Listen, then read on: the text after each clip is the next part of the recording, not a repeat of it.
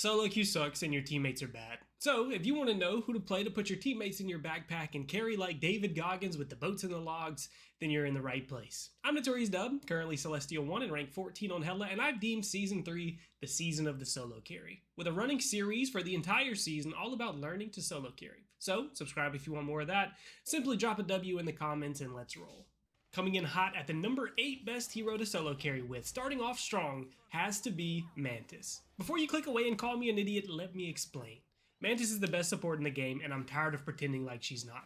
Every season we've had, Mantis has topped the win rate charts, which should stand up on its own, and her win rate only goes up as the ranks get higher, sitting at a whopping 56% win rate Grandmaster and above this season. But what really sets her off is the fact that she fills a different role than the big 4 supports. And it seems like everyone, whether they fill or main support, picks one of the 4, Loki, Luna, Cloak, or Invis. And when you add a second main support, you lose a ton of value from overhealing the same targets as each other. Mantis provides something extra. As long as you have a primary healer, she creates so many pick opportunities, and picks win games in solo queue for the most part. Just for reference, Hela kills squishies in 2 to 4 shots, while Mantis kills people in 3 to 5 shots with a faster attack speed. It is a big difference, but still very deadly. And as a Hela main, there are a lot of times where heroes are a tickle away from death, and Mantis can end up picking those up pretty consistently. Among her sleep being one of the best backline protectors in the game, her autos having killer pick potential, she has great heal potential, a damage steroid, and a teamfight winning ult, Mantis just does everything a little bit too well. So as a support main with good awareness, key point, that can utilize her kit fully, you will start to solo carry games in a role that typically isn't known for solo carrying.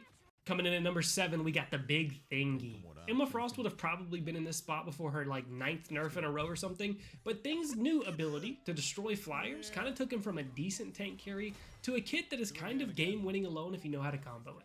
Thing has strong enough mobility to pressure enemy backlines and protect his own pretty quickly, destroys flyers, lock down divers, has consistent bonus HP regen, and has crowd control to wombo combo for game fight winning kills similar to Groot. Similar to Mantis fills for the support role, Thing just kind of does everything that a tank can possibly do, and he does it pretty well, which does require a higher level of awareness. But take a look at this. Did you know that Thing has the worst win rate in the game against Black Panther? I know. Everyone and their mother knows that Thing counters Black Panther, so how does that happen?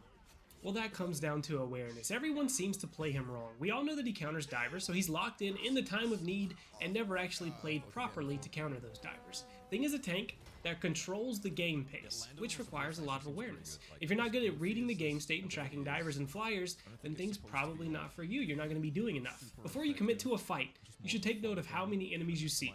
If it's 6, you're good. If a DPS or a tank is missing, you have to be ready to protect your backline. That's the key point. Listen for sound cues constantly to find the flanker before they go in, because proactive play is the only way to actually be able to counter divers no matter how good your kit is against them. But by adopting that playstyle and getting comfortable with knocking flyers out of the sky and stun locking them and spamming your secondary fire to constantly regain your bonus HP, you're well on your way to solo carrying as a tank. Coming in at number 6, she's got to come in at some point, the queen of the dives. Magik is the 1v6 hero of everyone's nightmare. Granted, I don't see many Magiks at all in Celestial and above for some reason, but every time I do, they run through my lobbies or at least make me realize why and how much I actually hate playing against that hero. What makes Magik so good is the fact that she has crazy one-shot burst potential up front, just like most divers, but she follows that up with consistent death threat level damage forever after the initial engage, combined with her sustainability over doing damage. Where other heroes get their one-shot combo off and leave to reset, Magik can stay and scrap it out until she's forced to leave. I ain't leaving until they kick me out, which makes her insane to solo carry with, because if the enemy team doesn't turn around and look at you, you're 1v3ing their entire backline, and in pubs, the other team rarely, if ever, actually turns around. The only thing holding Magik players back is their delusional sense of playmaking ability. While Magiks do and can 1v6 every once in a while, intentionally going for it while your team's alive is kind of trolling. Magiks love to, for some reason, ult before their team is even fighting and run in to die a little bit too early. Magik is all about letting the fight kind of progress. You can fight on the front lines and stay active, but when the time comes to dive the backline, timing is everything. Be patient and the carry will come naturally. Magik excels in teamfights where the numbers get smaller and smaller. Coming in at number 5, and I'm glad to see him here, we gotta throw the King of the Seas into the mix. Newly buffed and now countering even more than before flyers and divers, Namor is the unkillable DPS machine. If you've ever been on the receiving end of a flank Namor that no one ever seems to keep track of no matter how loud his bare feet are slapping on the ground, you know just how annoying it is to turn around to 2 dead supports and a couple of squids shooting you in the mouth. Pause. What was previously holding Namor back was getting bullied out by flyers, destroying his squids consistently because his projectiles were a little bit too slow to consistently hit them against enemies with no inertia. Now that Namor shoots lasers, flyers don't stand a chance and can't kill his squids for free at least. His right click, even without team up squids, burns any diver that feels froggy, but the key to dominating on Namor is really squid placement. Squids that are super vertical, behind the enemy team, or even better, both somehow, are the key to pumping up your damage numbers. And with Namor's new shot speed, and a lot of people don't really know this, it's easier to hit a squishy target in the back and get your squids to start shooting at the right targets because they follow whoever your left or right click has hit most recently. Not to mention, Namor has one of the best survivabilities in the game as long as your team is still alive to protect you after it ends, and his ult is a team wiping machine as long as you combo it with a Groot, Luna, Rocket ult, Thing, or drop it whenever you have someone on your team that's diving the enemy backline currently. Number 4, you won't like him when he's angry. Hulk is the most mobile, tankiest, bursty tank with arguably the highest skill ceiling in the game. Hulk is the hero that if you put time into the practice range to learn bunny hopping and intricate mechanics like juggling enemies while you're in Mega Hulk, you're going to be dominating teams or at least dominating their backline. Since Season 0, the beginning of the game, Hulk has maintained over a 50% win rate, sitting on average around 53%, which kinda stands on its own, but sits that high for one major reason. He bullies backlines, which are the most fragile characters in the game, and he has the highest health pool as well. With one leap, and maybe a bunny hop if needed, Hulk can go from enemy backline to his own team's backline, giving him one of the fastest time to dive and time to protect in the game. And with his Hulk form providing instant HP, a diving Hulk has an effective 2,050 hit points you have to burn through just to get him back to his banner form, which is doable because of his big hitbox, but with a competent team applying pressure at the same time as you, it's easily enough. And a melee, right-click melee doing 265 damage makes him one of the most difficult heroes in the game to 1v1 as well. Awareness is king once again because of his mobility and playmaking stats, but a Hulk that stays mobile and hard to lock down is the most survivable and one of the scariest heroes in the game that you can easily solo carry with. Coming in at number 3, Mr. USA himself, Captain America is a backline destroyer. And what really makes him shine over the other backline pests is his survivability combined with a much smaller hitbox than other tanks, and an ult that is a major defensive steroid for his entire team that you don't really see outside of supports.